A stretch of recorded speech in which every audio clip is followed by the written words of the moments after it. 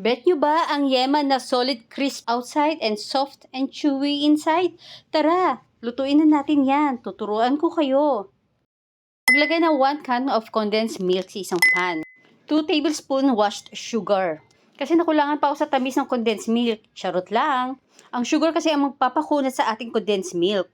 That time, inopen ko na ang kalan. Sa low flame only. Pag natunaw na ang sugar, pwede na tayo maglagay ng kahit anong essence like vanilla essence or banana essence. Yan, maglalagay ko ng konting mixture sa kutsara. Binublow ko ito para makita ko kung tumutulo pa siya. That time, tumutulo pa, so hindi pa po pwede. Huwag titigilan paghalo para hindi masunog ang bottom. Yan, nag-check ako ulit. Pag nag-blow ako at meron konting, yan, ganyan, para may linya, nagkakaroon na siya ng linya, medyo okay na yan. No? Check pa ulit. Sobrang creepy naman. Yan, malapit na maluto ang ating yema. Parang approximate ko 10 to 15 minutes siya kung naghalo dyan. So, yan. Check ulit. Ayan, pwede na yan. Tinransfer ko na sa kanyang lagayan.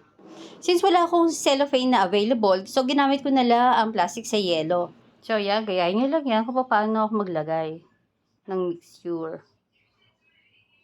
Yan, sobrang sticky naman.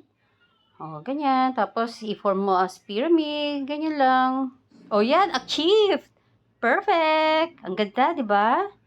O, yan. Yung iba, gagawin kong palaman sa tinapay. At iba as candy. Yan. Siguro mga after 4 hours, ganyan na siya. Tumitigas na yung labas. Pero, creamy pa rin ang inside. So, mga sisi, luto na kayo. Napakasarap niyan.